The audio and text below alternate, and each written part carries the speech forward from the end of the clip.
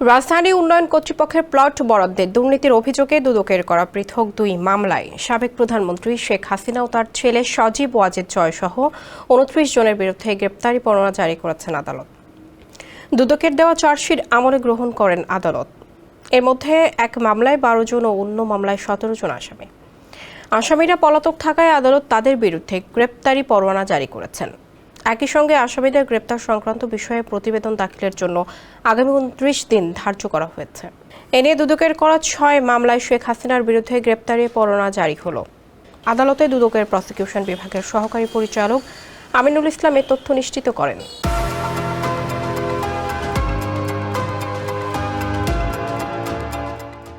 গ্রেপ্তারি পরোয়ানাভুক্ত আসামি গৃহায়ন ও গণপূর্ত মন্ত্রণালয়ের প্রশাসনিক কর্মকর্তা মোহাম্মদ সাইফুল ইসলাম সরকার, সিনিয়র সহকারী সচিব পূরবী গোলদার, অতিরিক্ত সচিব কাজী ওয়াসিউদ্দিন ও সচিব মোহাম্মদ শহীদুল্লাহ খন্দকার, রাজউকের সাবেক চেয়ারম্যান মোহাম্মদ আনিসুর রহমান মিয়া, সাবেক সদস্য মোহাম্মদ খুরশিদ আলম, সদস্য তন্ময় দাস, সাবেক সদস্য মোহাম্মদ নাসির উদ্দিন, সদস্য অবসরপ্রাপ্ত মেজর শামসুদ্দিন আহমদ চৌধুরী, সহকারী পরিচালক মাজহারুল ইসলাম, উপপরিচালক নায়েব আলী শরীফ, সাবেক সদস্য শফিউল হক, পরিচালক মোহাম্মদ নুরুল ইসলাম, সাবেক প্রধানমন্ত্রীর একান্ত সচিব মোহাম্মদ সালাউদ্দিন ও সাবেক গৃহায়ন ও গণপূর্ত প্রতিমন্ত্রী শরীফ আহমেদ। আসামিদের মধ্যে শেখ হাসিনা, পূরবী গোলদার, আনিসুর রহমান, নাসির উদ্দিন, শামসুদ্দিন, নায়েব আলী, খুরশিদ আলম, শরীফ আহমেদ, শহীদুল্লাহ, ওয়াসিউদ্দিন ও সাইফুল ইসলাম ২ মামলাতেই রয়েছেন।